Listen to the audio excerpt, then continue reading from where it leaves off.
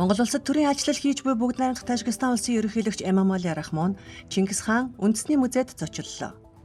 Хүндэт зочид төлөөлөгчдийг соёл, спорт, аялал жуулчлал залуучуудын сайд Алдар Жавхлан Чингис хаан үндэсний музейн захирал академич Чулуунаар угтан авлаа. Зочид музейн хүндэтгэлийн өргөндөх их шүтэн, Монголын эртний төр тулсын танхим, их Монгол улсын танхим, их хааны өргөнд зочлон Монголын түүх, соёлын өвдөө танилцлаа. Монгол улс Тажикстан улс нь 1992 оны 4-р сарын 24-ний өдөр аль биесээр дипломат харилцаа тогтоосон.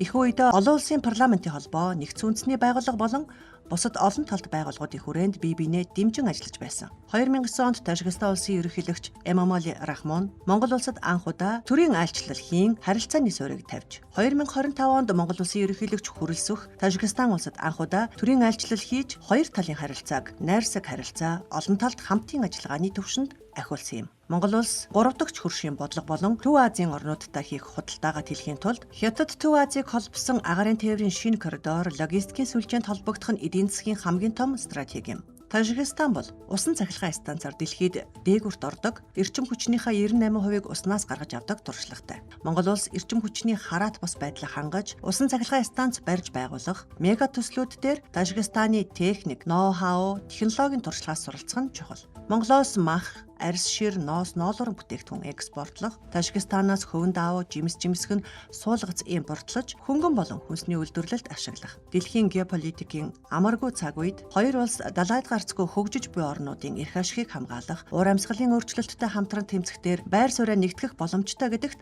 санал нэгдсэн.